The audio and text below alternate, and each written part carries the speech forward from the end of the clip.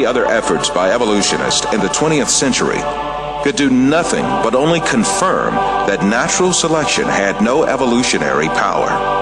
A famous evolutionist, the English paleontologist Colin Patterson, admitted this when he said, "No one has ever produced a species by mechanisms of natural selection. No one has ever got near it, and most of the current argument in neo-Darwinism is about this question." When it was clear that the mechanism of natural selection proposed by Darwin had no evolutionary power, evolutionists had to make a fundamental change in the theory. In addition to the concept of natural selection, they added a second mechanism called mutation. Mutations are alterations or distortions that take place in the DNA of living beings, mostly as a result of external effects such as radiation or chemical action. The theory of evolution now holds that living things are differentiated from one another and develop as a result of mutations. This cannot be true, for mutations only damage the information in the DNA and give only harm to a living being.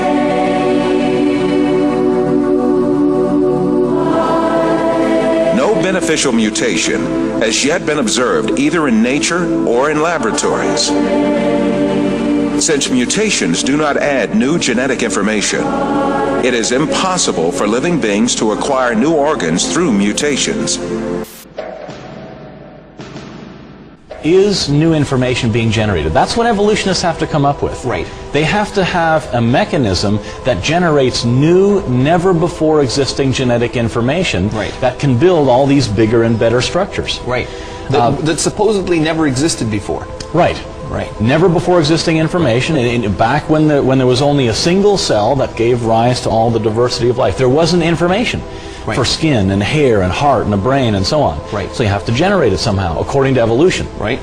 Now, Dr. Werner Gitt is an information specialist. Since we're talking about information, we'll go to an information specialist. He wrote a book called In the Beginning Was Information that you and I both love. And in his book he says this: a code system is always the result of a mental process. It requires an intelligent origin or inventor. It should be emphasized that matter as such is unable to generate any code. All experiences indicate that a thinking being voluntarily exercising his own free will, cognition, and creativity is required. Right. He goes on to say, there is no known law of nature, no known process, and no known sequence of events which can cause information to originate by itself in matter. Right.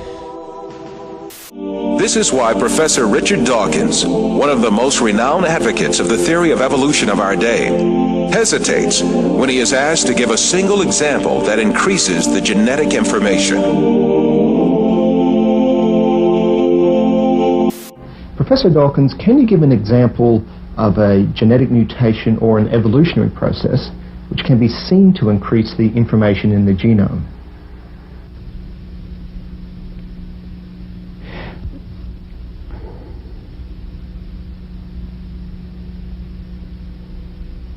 The truth is very evident.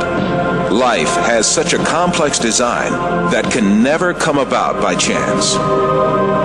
And I suppose it's possible that you might find evidence for that if you look at the details of biochemistry, molecular biology. You might find a signature of some sort of designer. Wait a second. Richard Dawkins thought intelligent design might be a legitimate pursuit? Richard Dawkins is his name.